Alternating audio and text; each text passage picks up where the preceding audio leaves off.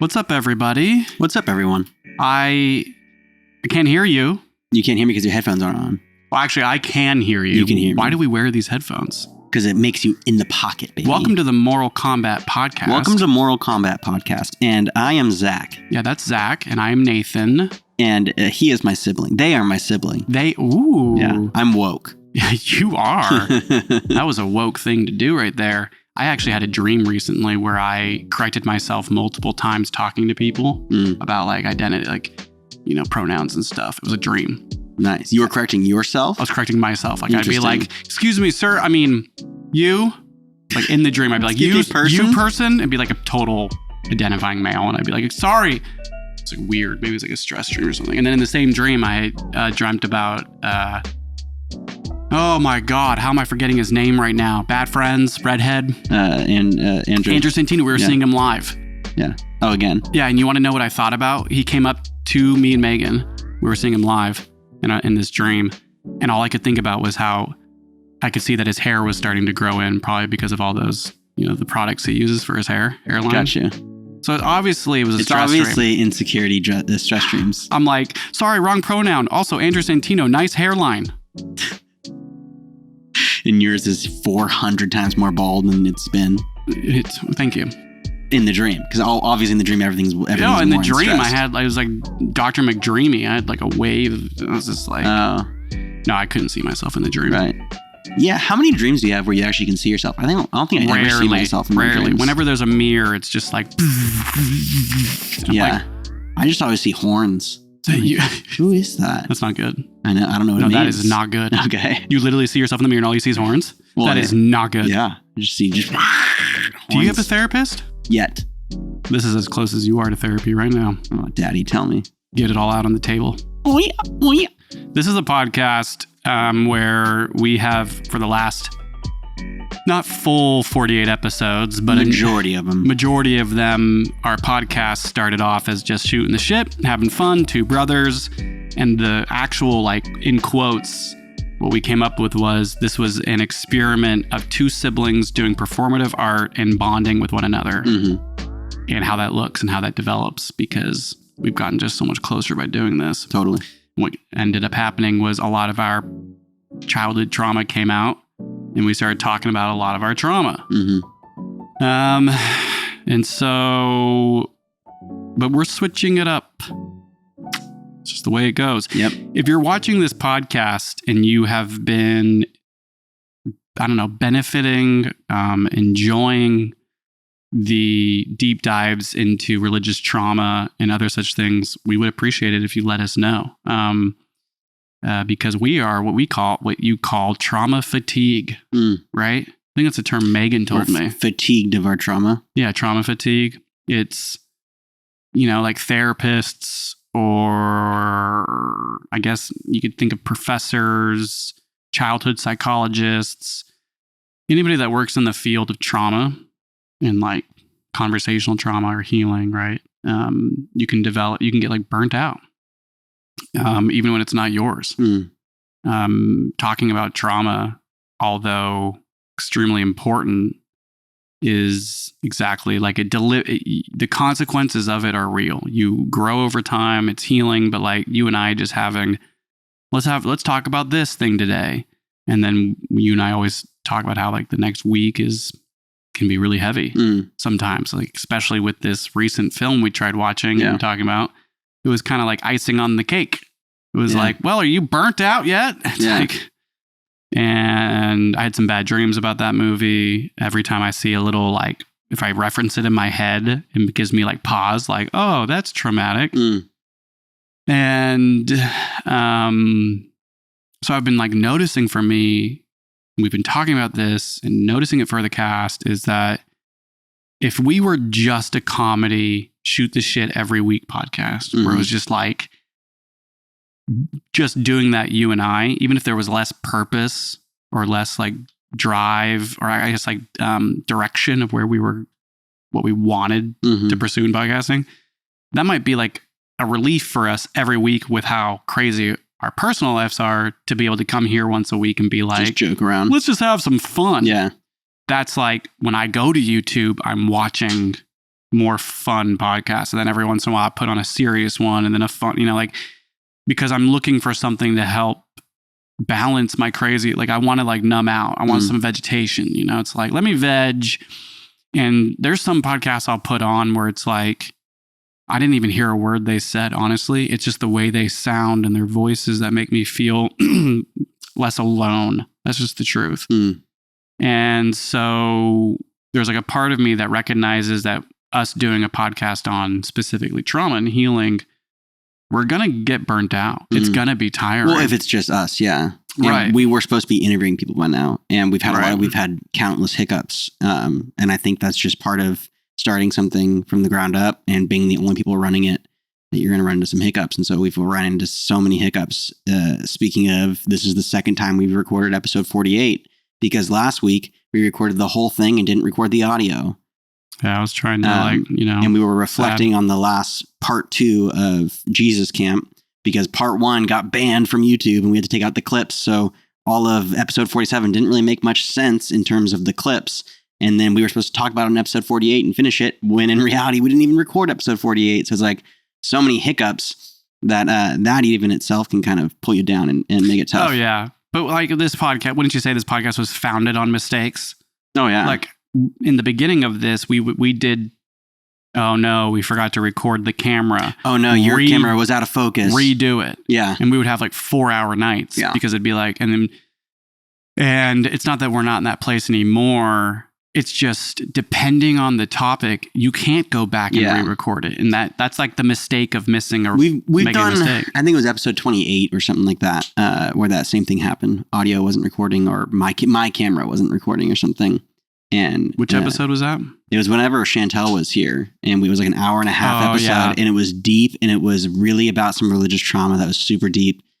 And then at the end, we were sitting in here like, what are we going to do? We didn't record the camera. And then Chantel was like, just do it again. Just do it one more time. So we went inside, took a 30-minute break, and came out and did it again. I would never do that again, though. That's the thing. It was like at that time, we needed consistency and we needed that episode. Whereas episode 48, it was like, fuck it. Yeah. We're going to do something else next week, and we're going to let everyone know, go watch Jesus Camp. Yeah. Because the real goal that we mentioned on the podcast that wasn't recorded was that we really want to contact the directors and see if we can at least interview one of them. Yeah. And talk to them about how they were able to capture some of that. Right. And we're just jumping right in because that's where our heads are at. And I think that it's not like we had anything truly planned to talk about because we watched a documentary called Jesus Camp. And so if you went back to our last episode on 47, then you would have understood what we're talking about. And the documentary was incredible. So we really want to do a deeper dive and see if we could have even if it was a quick conversation with someone that helped create the film. Mm-hmm. And then if at all possible, as intense and real as it sounds, reaching out to some of the victims, specifically one that we know is no longer, evangelical anymore. But all of that type of stuff takes a lot of work, and there's just a lot of personal things going on in our lives right now. There's more personal things going on now than there ever has been since this podcast. Whole year. Whole year. This is an insane time for especially your life, but my life too. Yeah. And so to think of like the things we want to do with this podcast, we have huge dreams for this podcast. And I have no doubts we're going to reach a lot of those goals.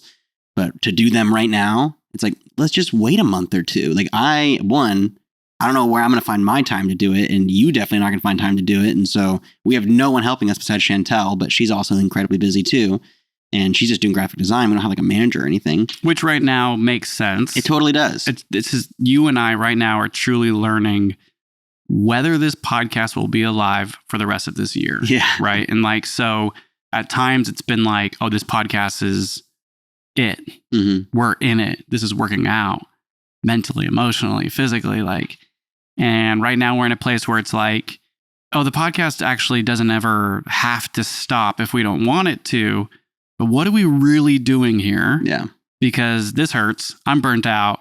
And the reality is taking a big step back and just asking ourselves that, right? It's like, what are we actually doing here? Yeah. Well, and we've talked about every angle of our trauma for the most part.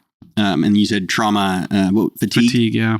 For sure. On ourselves, trauma fatigue, for sure. The next step when it comes to religious trauma is interviewing people. I'd really assume, unless a topic comes up, it's like, we've never talked about this, but we did like the 5-part series and then even a couple more casts on just specific traumas, and then consistent moment to Reddits where we commented on more traumas, and it was just trauma. And it's getting to a point where it's like, we've talked about our trauma, I think, enough. And I want to hear other people's stories now. But until then, who knows when? We got to figure out what we're going to do. But I feel like we know what we're going to do, because that's the easy part, right? It's like, the hard part is being vulnerable, talking about these things week in and week out. Yeah. It's hard to interview people coming on wanting to go public about their trauma. Not easy. Yeah. Hey, you want to come on our podcast? We'll edit you and make you look good, and you're going to sound great, and we can shoot the shit. That might be a lot easier to have if somebody wanted to be on that, the situation. And so I think that there's like this bigger picture that we have that we've been pursuing for the podcast that even we were surprised by when we moved into it. The reason why there was the whole brand change from Those Boys to Mortal Kombat is because there's been a lot of growth in our personal lives during this podcast. Yeah. So we are growing right now. I'm growing right now in my personal life. Life is like either easy at times or hard at times. Yeah. Both are growths.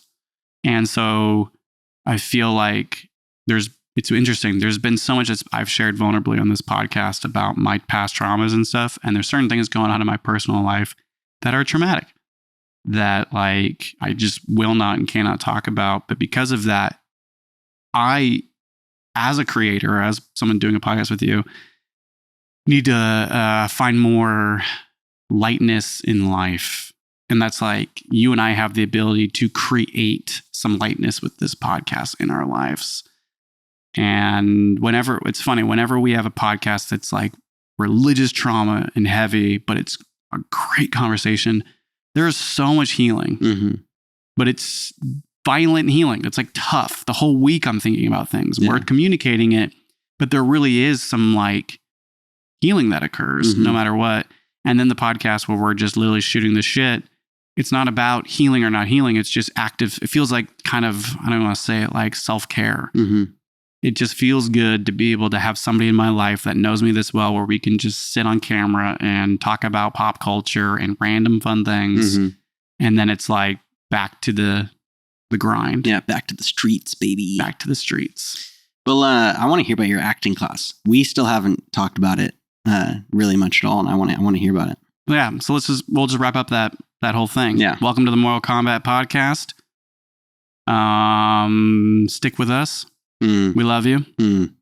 And we are seeing our view count and followers. Things are dipping pretty low, and it is what it is.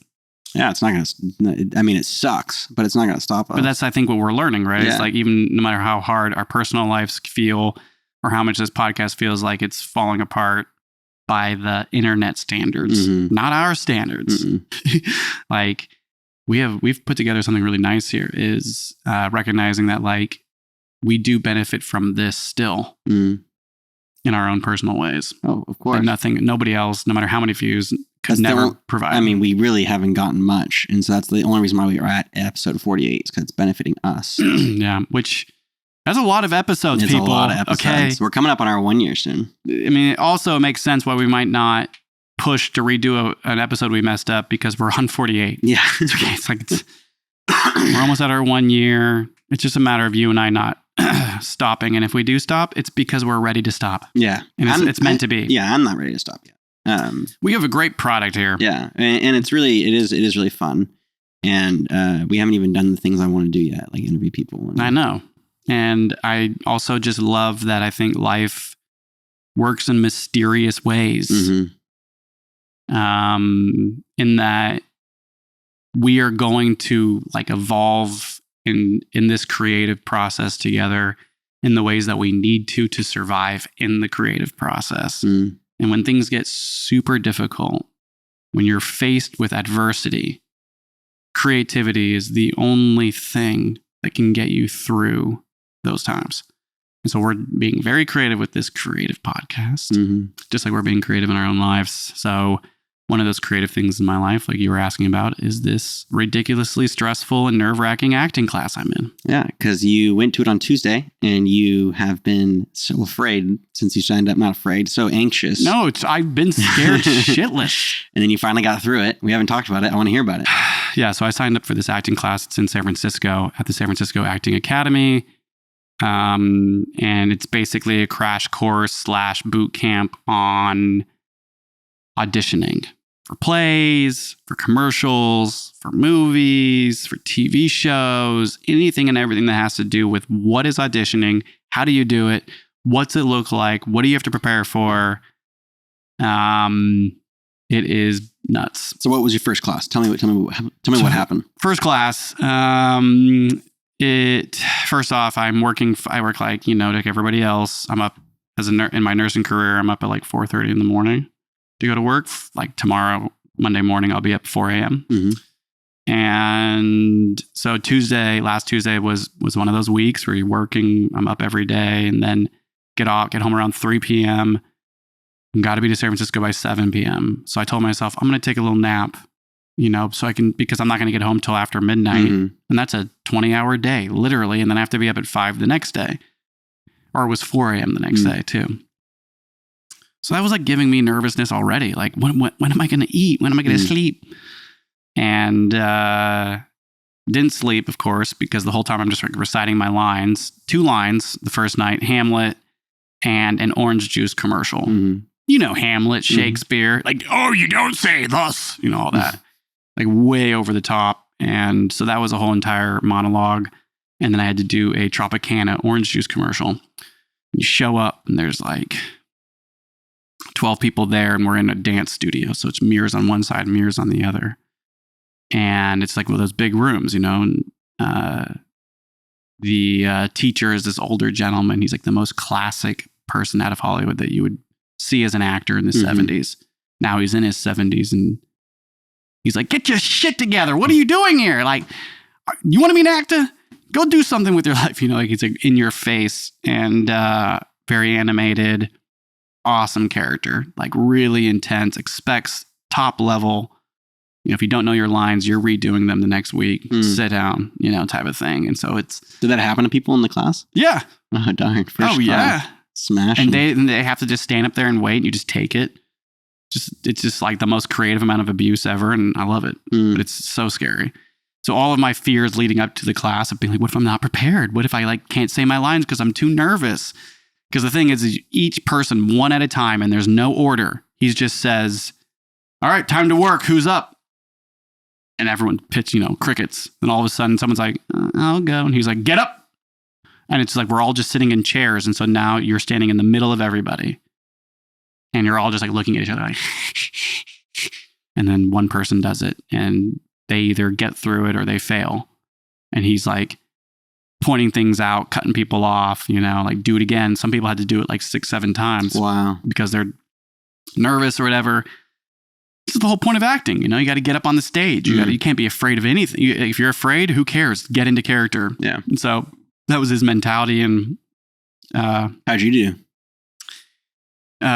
With all my pride and cockiness aside, I was just prepared because my nerves and my anxiety is so high, and I haven't put myself into a situation like this and trying to compare it to like DJing on my own with Neo Man when I was doing Neo Man, and how scared I was back then. And I got up there and I DJ'd the first show without you, right? Like actually by myself. And I was like actually doing the turntables and mixing everything. And I almost like threw up that night, but I got through it, made some mistakes and felt literally like $1 million after. Yeah. So when I was going through this, it was kind of like, I knew on the other side of this is mad success. We talked a lot about it. But when I showed up and realized the situation, it was like, yeah, this is exactly why I was scared. This makes everything is like, I have so much justification for why I was feeling what I was feeling. And, but I got up there and, it's not the greatest acting. I'm scared shitless and like, I've never acted Shakespeare on a stage and I'm trying to figure out how hard I should go or how soft I need to go. And we show up and he's like, you need to go as hard as you've ever gone. This is Shakespeare. And I'm like, oh, of course, like that's Shakespeare. And so I got up there and I was just, speak the Beach, I pray you. Like really over the top, and got through all my lines. And he said something around the lines of like, well, that's how you do it. Sit down. And I was like, I said this, I was like, I just want everybody to know that was my first monologue I've ever performed, ever. And everyone was like, good job. But because everyone's so nervous, you know? And I'm still like shaking. And he was like, oh, well, that's how you become a pro. Sit down, Nathan. And I'm like, thank you very much, sir. Like, sit down. Like, oh my God, I did it. Sounds very intense. So intense. But he's like, his energy is, this is what it's about. He wants you to be a good actor. That's like, there's something inside of everybody that could potentially be an amazing actor. Can you get there? Are you going to be somebody that can bypass all the nerves, learn your lines so well and so intensely that you can say them backwards, that you can say them in your sleep, you say them in the shower? Like, everybody could do the work necessary. Most won't, some will, and some will do them really, really, really good. It's like anything else in life. Acting is just the definition of like, this class, like the definition of like, oh, here's the lion's den. Come on in. Yeah. There's a fire. Time to walk in. Yeah. And you're supposed to fail, right? Like, or not supposed to, but if you do, you get to learn in that experience. That's the place to fail. Yeah. Exactly. But the intensity about auditioning and acting is you get one shot. So, and there's 80 to 100 people for that tiny little role. So the chances of you getting anything are slim to none. So a lot of the first class was also like, why the fuck are you here?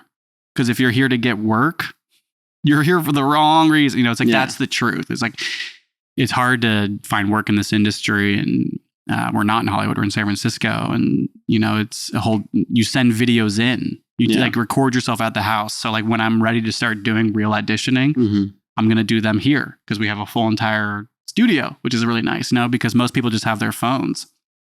And so I've already been thinking like, wow, if I actually want to try out for things, I'll just have to decide when I'm ready to do the work.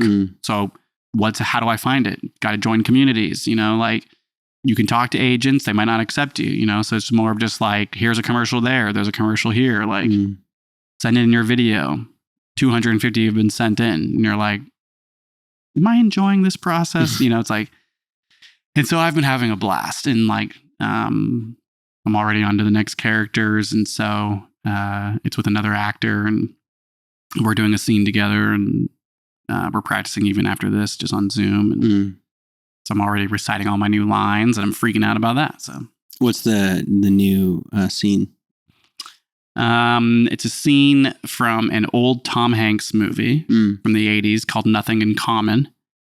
And it's a story of a, corporate advertising Mongol, suave, single man who's like in Chicago doing business. And I've never seen the movie, but we're doing a scene from that movie between the gentleman, his name is David Bassner, and the woman, Cheryl Ann, who happens to be his... Cheryl Ann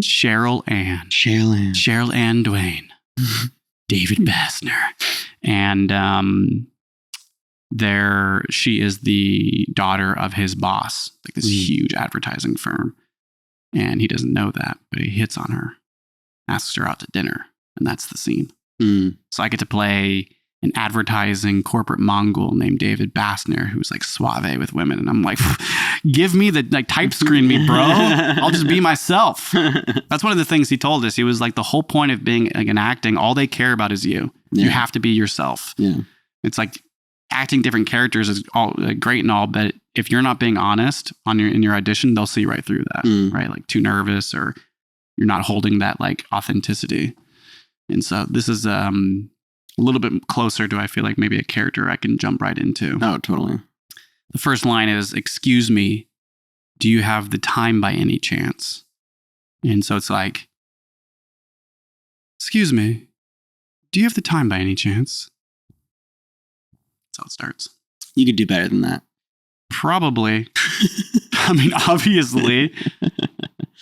Kidding. But right now we're on camera. And so when I was sitting around all those actors, I was just thinking like, at the end of our first class, we went around in a circle, and it was like 11:15 at night, and I'm like an hour and 20-minute drive back home, and I'm like, I got to get at him. He's like, why are you all here? Like, what are we doing here? He got around to me and I said a lot of different things. And I just was like, didn't bring up the podcast. But the entire time, because this is so different. You know, like actors are so private. Some of them are, you know, like secretive, right? So you see them in a movie and then they get an interview and you're like, wow, that like who they are in their personal life is so mysterious. Their character comes out and, you know, like you don't know.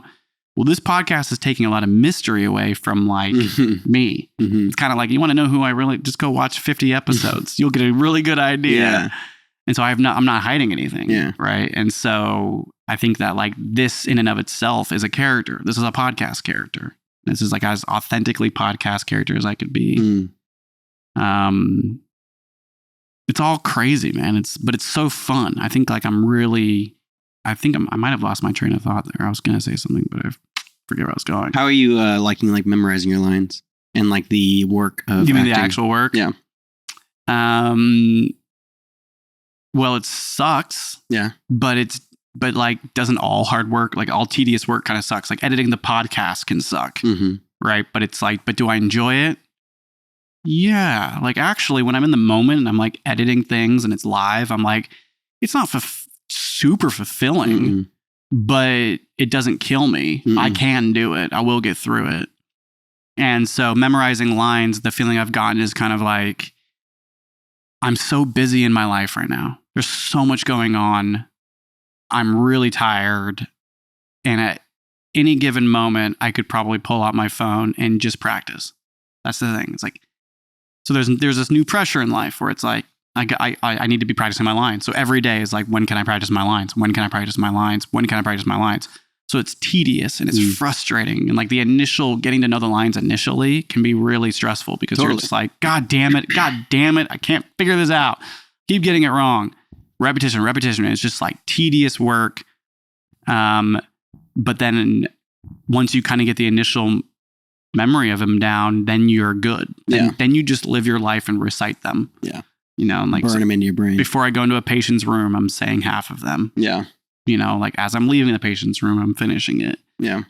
And so it's very accomplishing. And also the mad truth of what I'm doing with this whole acting class is there's a lot of anxiety when I'm not able to practice and I feel like I don't got them down. But the moment I start practicing the lines and I'm getting into character, a lot of Nathaniel Blosstone's life, that is like my character of real life, gets a lot quieter. And so all of like my anxieties or depressions or like frustrations about how things that are going on in my personal life just become so much less heavy.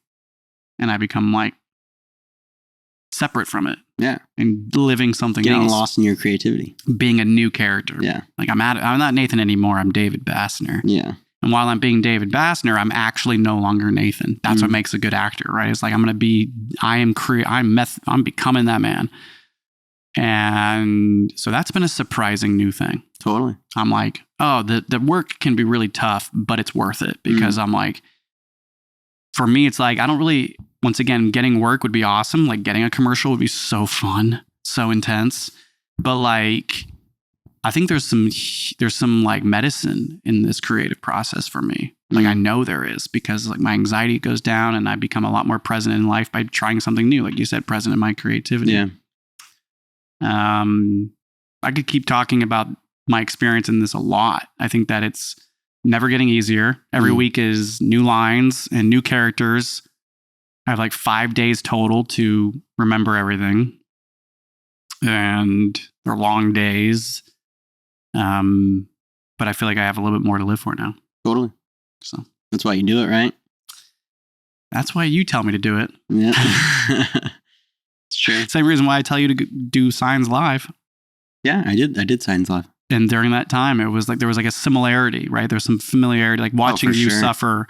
I was jealous, but at the same time I was like, but I ain't really jealous. No, not at all. But it was like, but you seemed like, oh, all of the normal shit that's really hard in life became a little bit less hard. And this is really hard now because you chose to do a live show. And it's like, this sucks, but everything else is like easier to manage. Yeah.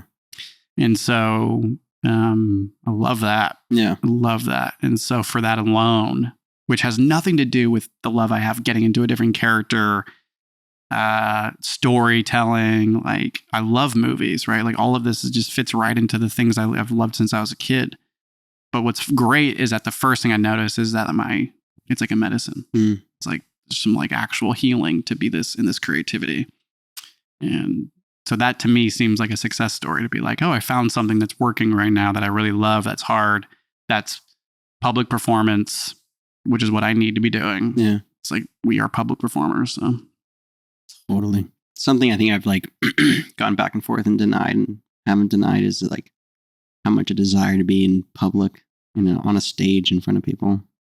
It's the curse of being born in a Christian pastor's family. Yeah. It's like, that's what we just watched our whole life, was stage performance by our parents. Well, and then we're put on a stage at a young age too. So it's like, it makes sense. Yeah.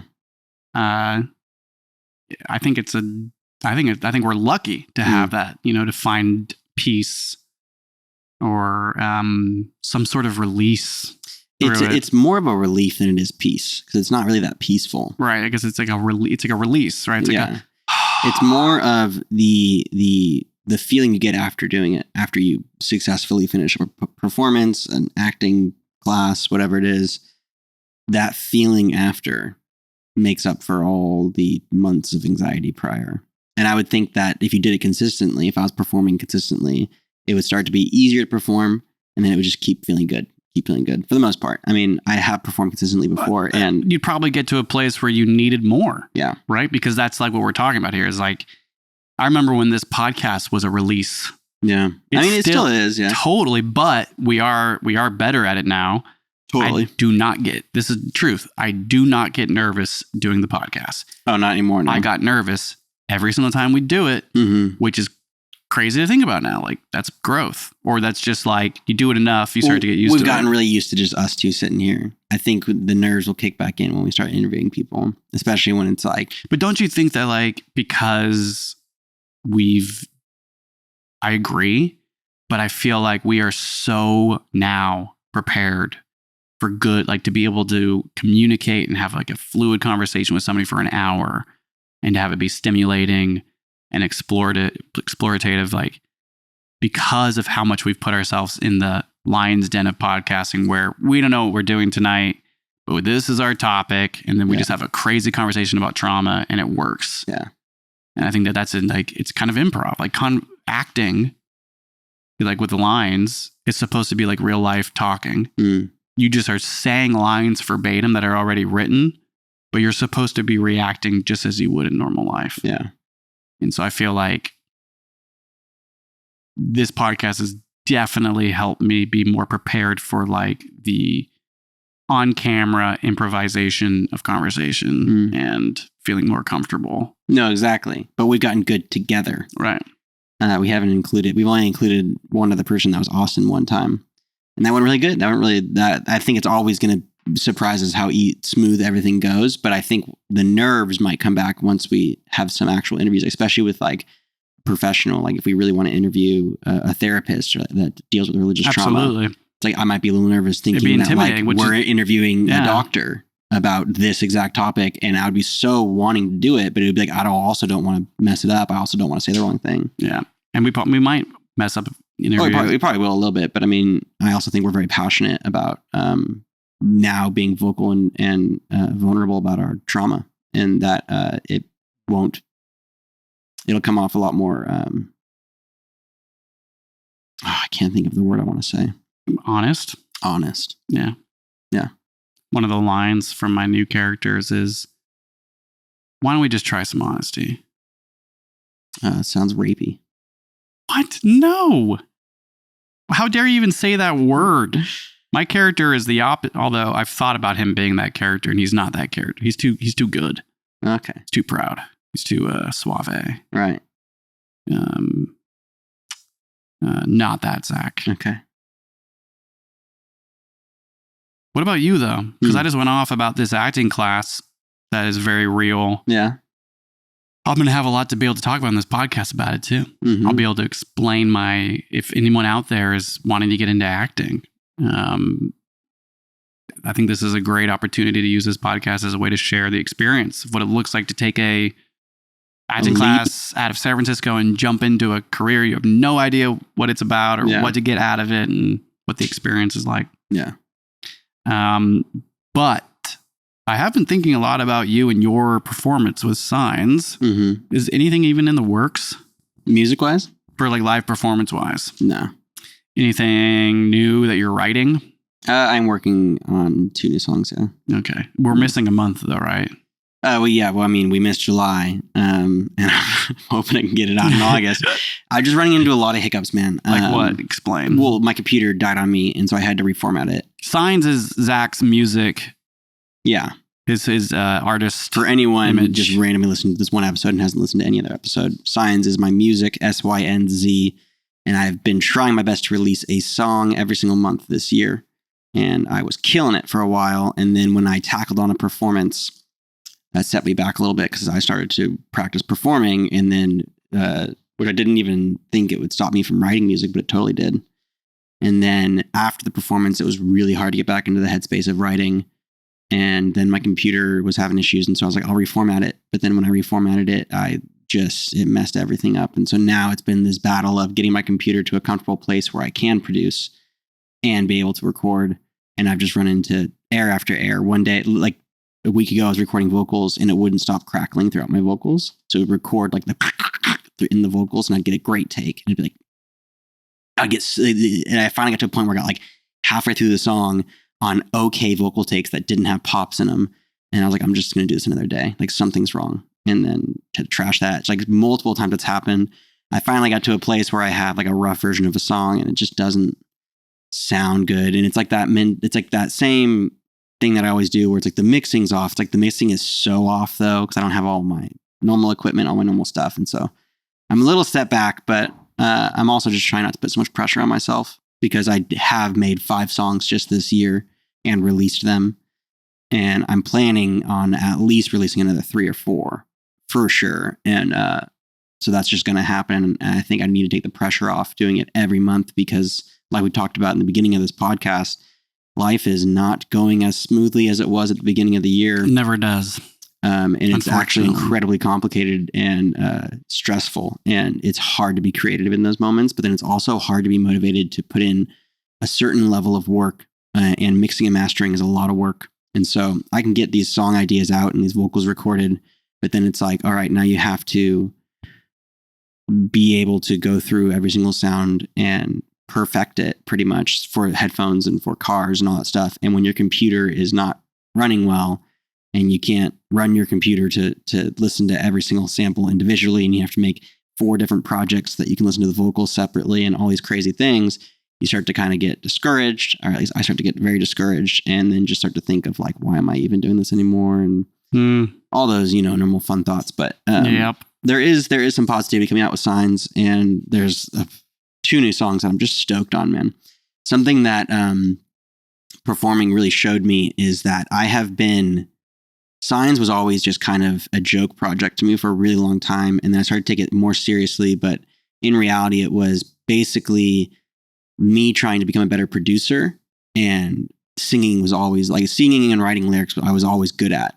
And so it wasn't necessarily like, let me shine in my emotional songwriting. It was more of, I will be Signs in the bar, hitting on this girl. Boom. And I'll write it in my head and I'll just do it, but it's not real. None of it's real. I'll write this song over here and it's like Signs, like on tour, making money, so much money. And it's like not happening. It's like all these fake personas I build in my head. You're like a director, storyteller, right? Exactly. But I haven't brought any personality into it for Zach Blostone and Signs. And then after performing, it was really hard to perform and be in character. And I mean, of course, Signs is a character, but be so out of myself. And I've only performed as Zach Blostone playing acoustic love songs that I write about all these people. Yeah.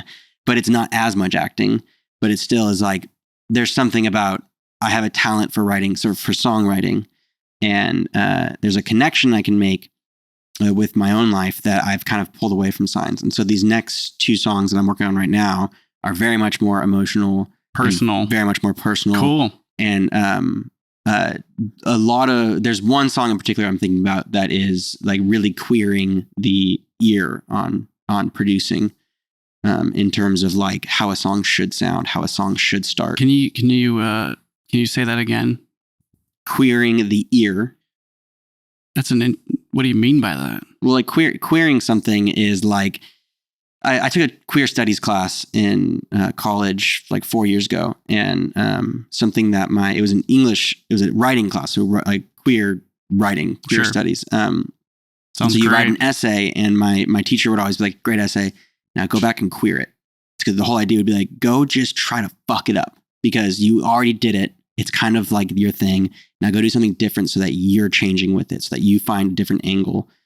And I took that a lot with my music. And that's when I started to do like the beat switch ups, where it would be like minute, half in, complete different song switches up. And most of my music does that now. And that was my way of queering it. When in reality, it's still a very perfected song. So just so I can hear you correctly, when you say queering to the ear, you're saying like you don't want it to be this straight line. Exactly. You want this to be like curved up, changing. Kendrick Lamar does it all the time. Yeah, I got you. But you want to like be like, you think you understand this track, but you didn't. Or it's like the first 45 seconds, you're like, oh, okay. I think it's like the best way I'm hearing is like, you don't want your songs to be like, this is A to B. You're like, this is A. Now we're going to numbers. Yeah, exactly. Right. You want to you want to change up. Yeah. I got you. And there's one song in particular that I'm working on that very much does that. And it's very much me. You should do it like, you should do a track that has like 4 of them. Consistent switch ups. Like, yeah, don't you, baby, want you know? It was fun. I know. Remember that song that we wrote for Blouse called Ample? Yeah. 4-in-1. 4-in-1. It was all dance and hip hop. That was a great track. It was a fun one. It was long. But it was Do you remember who we were supposed to work with that track? Well, yeah, I do. Who? I can't think of his name right now. ASAP. Yeah. We were going to work with the ASAP fam. We were supposed to work with ASAP Ferg. Oh, we were. And he was blowing up, but he wasn't like where he is now. Wasn't that and we miscommunication with his manager? Yeah, we didn't push everything back then. No. Like we'd have opportunities and then we'd be like, they don't want to work with us. They're not going to push. We're not going to push. It was like that ego. Fucking ego. That goddamn ego. It was like, oh, you want to work with the ASAP fam? Oh yeah. Well, we have an opportunity to. Cool. But they're being really difficult to work with. Yeah, everyone is, Nathan. Then we don't want to work with them. Yeah. Okay, we're the booty house movement. You're an idiot. Yeah. Oh, yeah, I know. Yeah. Tell me something I don't know. Yeah. Let's go get drunk and do a bunch of Adderall. Let's go drink some beers and try to write a new track then. Because everyone wants to listen to us. But I think everything happens for a reason because now we're here podcasting and look how successful we are. Oh, totally. I mean, life's full of lessons, man. And we learned a lot of lessons in Blouse. And I've learned a lot of lessons in Signs. And I learn lessons every single month. And we never give up. No. We just switch it up. We just switch it up for sure. But something that's been, thanks for opening up about your music, because I miss, we've had this podcast long enough now to where I know what it feels like when Signs is updating the podcast. Mm-hmm. And I know what it feels like when Signs isn't updating the podcast. Yeah. I miss Signs. When you were going live with Signs, that was such a motivator for me to get to where I am today. Yeah. We talked about that a lot on this podcast. It was just like so encouraging. I was like, man, this is so unfair that Zach gets to suffer without me. And like being at the show and being the door guy, the greeter, made me, I was like, that's where I've gotten to in life, to feel like I want to be the door guy and greet people, to be a help. And then when you are, you're like, I want to be on stage. No, being there was like, okay, I'm the greeter. I'm going to be the best fucking greeter anyone's ever seen in their life. Hello. Hi, everybody. Welcome. Because it was like, I can't not just be, I got to be over the top. I'm like, I'm a performer too. And so watching you perform and how good you did and like recording you like a dad records their son at baseball or something. It's like, I was so proud. And at the same time, I was like, Nathan, get your shit together. Yeah. What are you doing with your performance?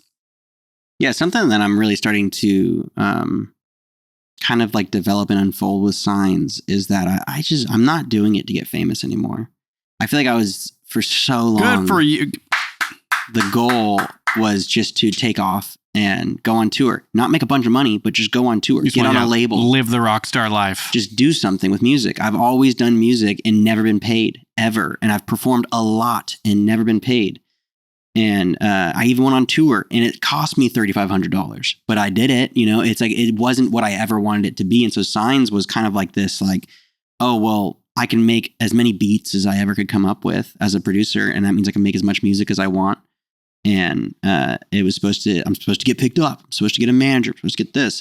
And I'm trying to realize, unless you're fighting for those things, unless you're calling agencies, unless you're asking for management, or you have something that blows up. But in reality, to be like a up and coming artist that no one really knows about and get management or get a label to back you, you have to have something to bring to the table, or you have to be fighting for it and you have to see it. And I'm not going to fight for it. And so it's just kind of like this, I have to create. I know it's in me. And if I'm not filling my time with something else, like it was with school, where it was filling all my time, then I have to be creating pretty excessively. And so that's also changed my opinion on what I should be making. Instead of making like, oh, a pop top 40 beat, it's like, everyone can make a pop top 40 beat.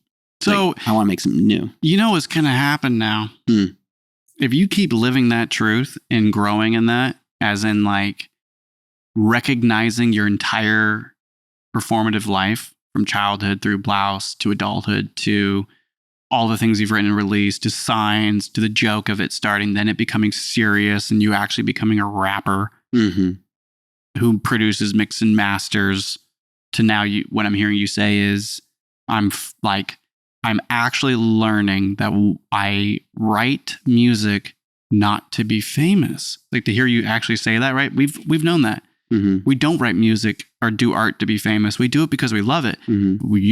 I'll speak for myself. I won't speak for you, but it sounds like that's really hard to learn, that you're a creative artist that is doing it for yourself, right? Like, we live in a society that's all about views and all about likes and all about success being money, success. And like, you want to be a working actor or a working musician that makes money. You're not going to make enough to survive.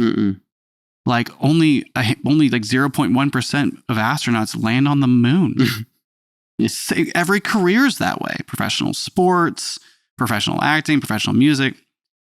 And so if you continue to find that truth, which is like, I think that's beautiful. Like, the music will become more honest and the world won't be able to not hear that. And like, it just seems that like success isn't about views and money. It's about me finding peace and being creative artists. Well, I think that's just always what it's been about. And we have been like tainted, man, with this need to not only be seen, but be famous. And we had it in Blouse, like deep in our souls, that it's like, we need to be touring the world. We need everyone to know our name. I want everyone to know my face. I want to be famous. I want to be famous. And that's never left my body. It left I've always wanted that appreciation for my art. I put so much effort into it. But the older I've gotten and the more I've made more art, the more I'm like, I actually don't know if I do want fame. I just want to be able to do this. I just want to be able to make some money off it and make a couple great tracks people love to listen to. Because I'm not going to stop making music, whether it be Signs or Zach Blossom Acoustic or something we do or whatever it's going to be. It's always going to be another thing with music, because music's in my fucking bones. But when it comes to the drive that Blouse had, the drive that most of Signs' career had, it was always to be known, always to be, I don't even want to use the word famous, but to be so appreciated for being so good. And it's like, ugh, gross. I've never really actually wanted that. I've just put that on myself that I've wanted that.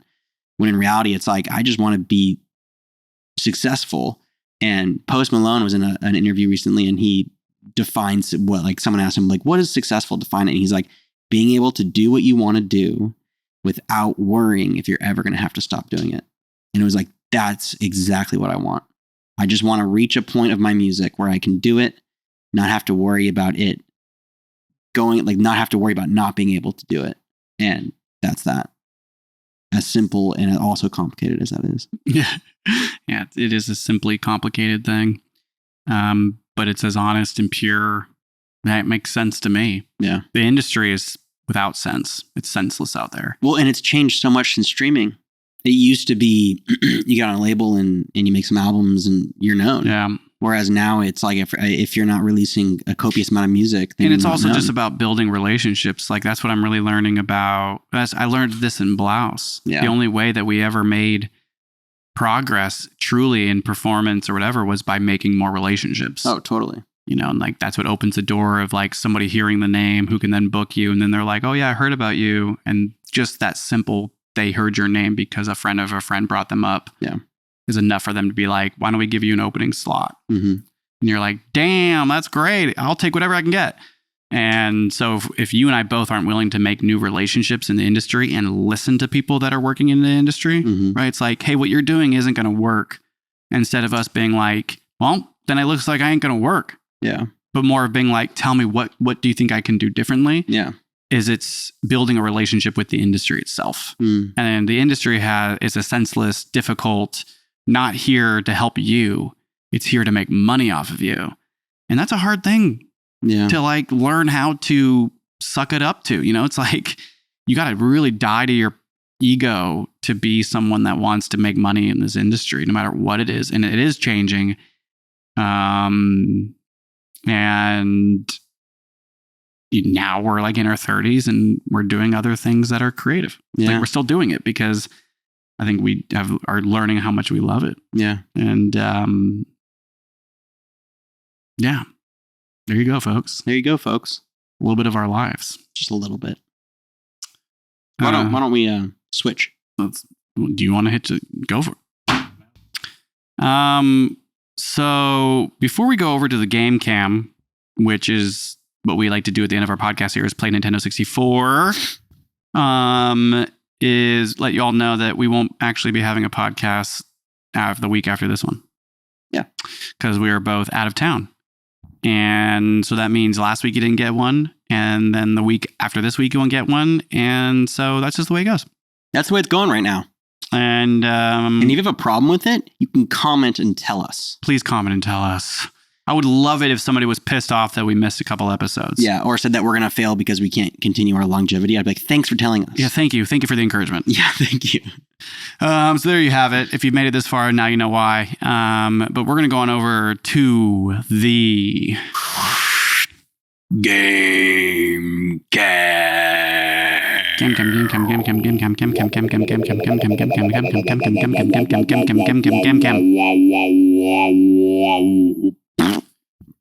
we're playing Mario Kart 64 and we do battles, and that music you're hearing in the background that's queuing in is maybe a new track of mine, or it's an old track that I'm now cycling through the 35 tracks I have made for this podcast. We have a plethora of game tracks that I get to choose from now. Yes. It's pretty great.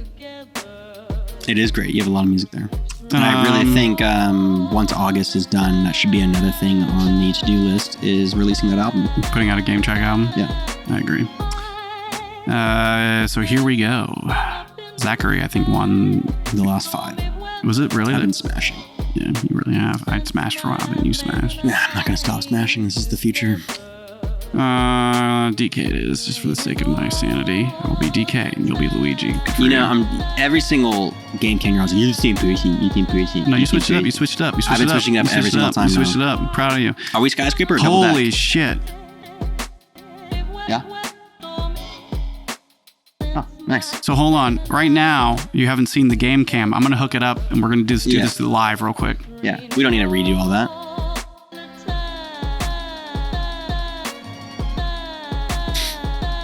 Game cam is queued up now. Yep. That is too funny. Yep. I think the reason why we actually are missing things is because there's a lot of shit going on in our personal lives, bro. Then we show up to this podcast and we have 3 cameras, 4 cameras, 2 mics, and an audio recorder, and we're supposed to be dealing with our trauma. And last week we did everything except hit record on the audio. Everything. And if anyone's like, you didn't record your audio on a podcast? It's like, yeah, we recorded my camera, the GoPro, Nate's camera, and the game cam was set up right when we were starting. And then right when we were going to the game cam, I was like, the audio's not recording. So it's like, there's a lot of things to keep track of, dude. And those moments when you learn suck. Because it's like 5 minutes of just kind of sitting in silence. I think that was the 4th time we've done it. And it's wondering like, is somebody going to throw something? No, we don't get What angry happens anymore. next? It's actually, it's such a strange feeling because I know none of us are going to get angry anymore, like violently angry. It's more of this like, who's more disappointed? You know, yeah, exactly. It's like who's going to just not say anything and leave? It's so easy to be like, whose fault was it? But then you realize the only way this podcast succeeds was when you realize you're not doing it alone. Mm-mm. There's none of this happens without you and I together. Yeah. So it's like, we're in it together. I didn't double check. You didn't double check. It is what it is. Yeah. But we found that game cam and we are here doing Skyscraper 3.0. This is one of the best maps too. Fast. Oh boy is right. Also, a quick... oh my gosh, I wasn't hitting A. I guess I deserve that. I didn't hit A. Oh my gosh, I was freaking out that we were playing Fortnite. We've been playing Fortnite a lot lately, and you know, because Fortnite's fun. If you don't like Fortnite, then like you're just gonna be missing out. He's got a star. I'm out of here. Oh, he's got 2 stars. He's got 2 stars. Bye-bye. Oh, What? 3 3 stars. stars? This is gonna be one of those games that never ends. Oh, he's after me. I was like, ooh, he did a little skip and hop like me. Whoa! Oh, dude, Nate is making the mistakes. Oh, dude, oh. 4 stars. For real. Like, that was a stupid mistake for real. Oh, my gosh. Dude, what a round. What a round, dude. Take a deep breath and pull it together, dude. That was sad. You took out 2 of your own balloons. No, I didn't. Well, that first one. I took out was. 1. You weren't hitting A. So you still had a... oh my, you started off with another red shell? Oh man, this is Dang. hard. Thank goodness.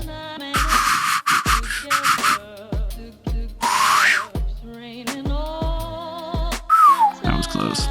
Too close. Name that movie. What? Too close? Too close. Too close. Too close. Yeah. Star Wars. Really? Yeah. Which one? Return of the Jedi, when they're in the Millennium Falcon and they're going through the Death Star, and hold on a minute. I'm a little tense. I have a hard time thinking. What's his name? Who's controlling the Millennium Falcon at the end of Return of the Jedi, and they're going through like the tight portals of the Millennium Falcon. Oh, hit myself. Hit yourself. No! Oh my gosh. No. It's over. Dude, what a smash. Yeah. Honestly, like, I don't understand. Sometimes I don't feel like I had much option. Like, I couldn't do anything. There was 3 balloons. Dude, get smashed. Sorry, dude. No, that's fine. I deserve that. Like, I don't know if I played that bad or if it was just like the odds were not in my favor. You weren't playing too well. I'm gonna give That you that. definitely was not too close. No, not too close. That was just, it's over. Yeah, it's done. Well, I think I won all the 3.0s. That was fast. That was a 5-minute game cam. Yeah, that was a good one. It's a quick one. The shorts are gonna be easy. Love it. It's weird that I won so many times and now I'm losing. Yeah. You must be distracted. Yeah. Great job, dude. You did so good. You tried your best, and that's all that matters. But we're starting to really see who the king is here. Come on. We gotta dab it so that I can cut it. We gotta dab it so we can cut it.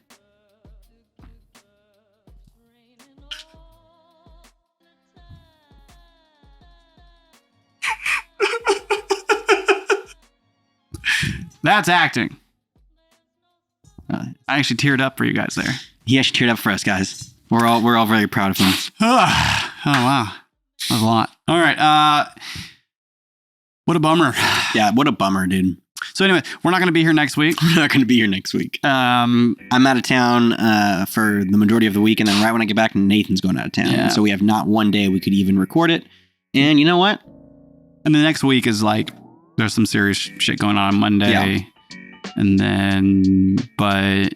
And if you want to know what that serious shit is, too bad. It's very possible. Yeah, too bad. Our next podcast, we're just going to have some fun. talk about some funny stuff. We've been talking a lot about just starting to have more fun. Take some of the pressure off the trauma for now, just because we talked about it a lot with ourselves. I think we mentioned it a lot in the beginning of this cast, but then also just kind of giving ourselves a little more freedom to have fun on this podcast. Which, to be honest, man, I feel good. Yeah, with this cast. Well, and we on like that's how the cast started, was just being comedic and having fun, and it was really fun. And then when we got into trauma, it was really seriously fun to see where we were going to take it. And now we're on episode 48. So for majority of the episodes, it's been trauma, and it's kind of like, I think it would be fun to incorporate a more fun aspect too, that we can kind of bounce back and forth. Because obviously we're not going to have interviews every week, even when we start interviewing. And obviously we don't want to talk about trauma every single time. Yeah, no, it's like tough. So obvious now. It's just not what we want our channel. We've never wanted our channel just to be that. And I've made jokes that we're not just some podcast, that does jokes. We're not just some comedy podcast. But like, all jokes aside, like, we kind of are too. Yeah. If we want to be. It's whatever we want. It's honestly our podcast. What's that song? It's like, our house in the middle of the street. Our cast. Give me the 90-degree garage. Our cast. In the microwave of your house. Our cast is over for this episode. Thanks everyone for listening. Bye, everybody. Bye. Thank you. See you next 2 weeks. Bye.